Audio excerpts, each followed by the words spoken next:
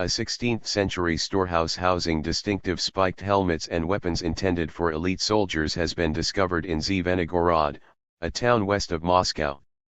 The helmets were found stored in leather boxes along with sabres, belts, and arrows, intended for use by a powerful group of Russian soldiers, believed to have been handpicked by Ivan the Terrible. The fearsome ruler Ivan Vasilevich was the Grand Prince of Moscow from 1533 to 1547 and Tsar of all the Russias from 1547 until his death in 1584.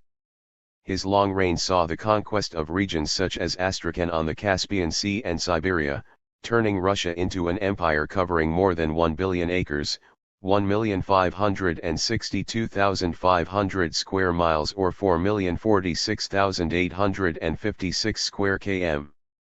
Ivan the Terrible's arsenal. The storehouse was found by the Institute of Archaeology of the Russian Academy of Sciences. It would have been in a basement of a mansion that belonged to an aristocratic family. The room was forgotten after the grand development burnt down in the 17th century, which means the weapons and helmets were never used and are in incredible condition. A member of the family was part of Ivan the Terrible's hand-picked 1,000 soldiers who were boyars, or aristocrats, in the Tsar's army. The room, thought to be a private arsenal, included a cache of weapons which would have been intended for a military expedition. This perhaps explains why many were found in boxes, alongside tents. Other finds include the helmets in leather cases, chainmail fragments, swords with sheaths, and fighting belts.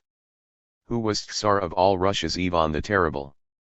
Ivan Vasilevich, known as Ivan the Terrible, was Grand Prince of Moscow from 1533 to 1547 and Tsar of all the Russias from 1547 until his death in 1584.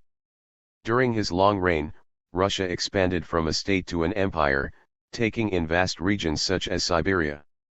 Ivan the Terrible was the first ruler to be crowned Tsar of all Russias and was a fearsome leader, hence his name.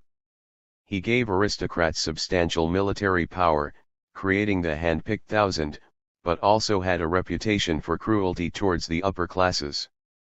For example, in the massacre of Novgorod, that lasted 5 weeks, Ivan sent the Oprichnina, a secret police set up to execute and confiscate the property of disobedient nobles, to plunder and terrorize villages under certain aristocrats' control.